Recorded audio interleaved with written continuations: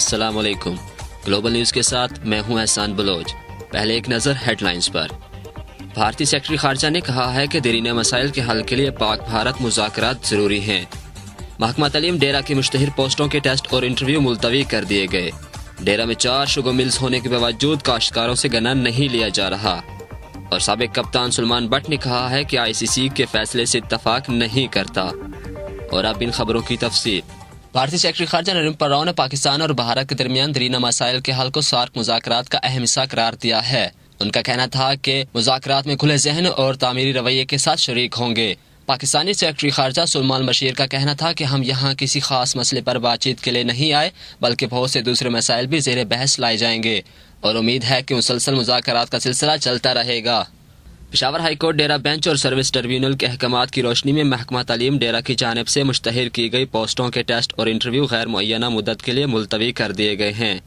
محکمہ تعلیم کے ADO عبدالرشید بلوچ نے کہا ہے کہ عدالت عالیہ کے حکم کے مطابق نئی تاریخوں کا اعلان دوبارہ مشتہر کیا جائے گا۔ JUIFA کے ضلعی کنوینر احمد خان کامرانی نے کہا ہے کہ ڈیرہ کی 4 شوگر ملیں المعز، چشمہ 1 اور 2 اور میرن شوگر مل کی انتظامیہ اور مالکان کارٹر بنا کر ڈیرہ اسماعیل خان کے گنے کے کاشتکاروں اور چھوٹے زمینداروں کا استحصال کر رہی ہیں۔ وہ گزشتہ روز کاشتکاروں کے ایک وقف سے ملاقات کر رہے تھے۔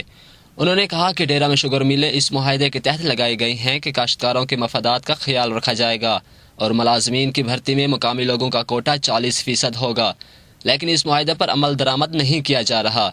پنجاب سے آنے والا گنا ڈیرہ کی شوگر ملز 180 تا 200 روپے فی من خرید رہی ہیں، جبکہ ڈیرہ کے کاشتکاروں سے 155 روپے فی من گنا خریدا جا رہا ہے۔ انہوں نے کہا کہ ملازمین کی بھرتی میں بھی مقامی لوگوں کو نظر انداز کیا گیا ہے۔ آج ایوان زراعت ڈیرہ اسماعیل خان میں ایک اہم اجلاس منعقد ہوا جس کی صدارت شیخ محمد مکرم نے کی۔ اجلاس سے مقررین نے خطاب کرتے ہوئے کہا کہ چشمہ نہر اور اس کی ضلعی برانچوں میں پھل صفائی کے کام پر تسلی بخش کام نہیں ہو رہا، کیونکہ چشمہ نہر 10 جنوری کو بند کی گئی تھی اور آج 26 دن گزرنے کے باوجود موقع پر پھل صفائی کا کام نظر نہیں آ رہا۔ مقررین نے متعلقہ حکام سے مطالبہ کیا کہ پھل صفائی کے کام کو جلد از جلد پایہ تکمیل تک پہنچا کر نہر میں پانی چھوڑا جائے، کیونکہ بارشیں نہ ہونے کی صورت میں گنا اور گندم کی فصلات سخت متاثر ہونے کا اندیشہ ہے۔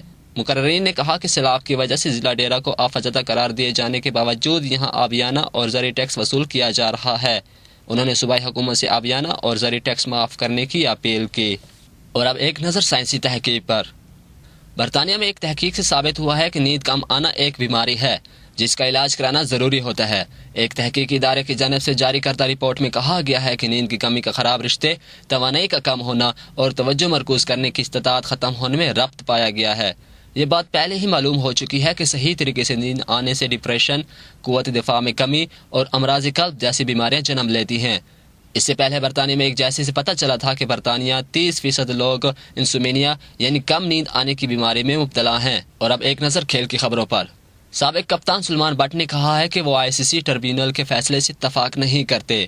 لاہور ایئرپورٹ پہنچنے پر میڈیا سے مختصر گفتگو میں انہوں نے کہا کہ ICC کے فیصلے سے مایوسی ہوئی ہے۔ اسپاٹ فکسنگ سے متعلق قانون میں تبدیلی کی ضرورت ہے۔